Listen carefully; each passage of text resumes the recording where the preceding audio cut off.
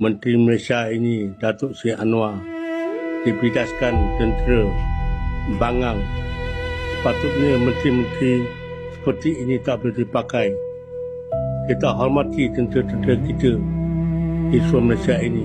Mereka sanggup berkorban nyawa di dalam hutan maupun di mana saja. Tapi hari ini Anwar sanggup berani cakap macam itu tentera. Tentera bangang. Apa yang bangang? Dia sendiri yang bangang. Bodoh bagai dah mampu. Cakap dengan tentera kena hormat sikit.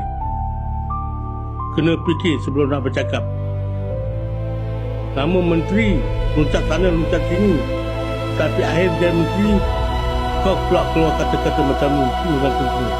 Ada patut kau cakap macam ni? Kau kena hormati tentera kita, veteran-veteran kita yang sekian lama mereka memperjuangkan tanah air kita.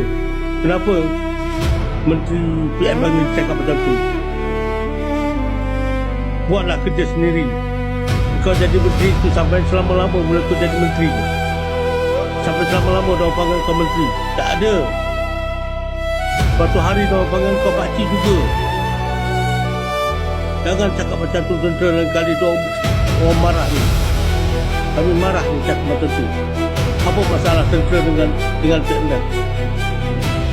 Salah sekian duit 200 juta, lepas tu hilang habis macam tu. Lepas tu marah lagi tentera. Tak hormat langsung. Kalau dekat ni pedang tutup orang macam ni. Nama dia menteri, tak pernah sedengar menteri lain-lain juga macam ni. Baru hari ini kita Ibrahim Anwar ni sanggup bercakap macam tu. Seperti apa dia ni kuat sangat. Kurang betul. Cakap tak perlu bikin. Cakap perlu berfikir dalam-dalamnya. Tentera Malaysia bakal ribu tentera Malaysia ni.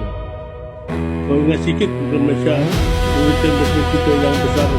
Kau bercakap macam tu, kau tak hormat langsung dengan tentera sekarang ini yang lama. Fikirlah nak bercakap pun fikir lebih jauh lagi. Jangan fikir pakai kat lutut. Geram betul lah itulah. Selamat tengah hari.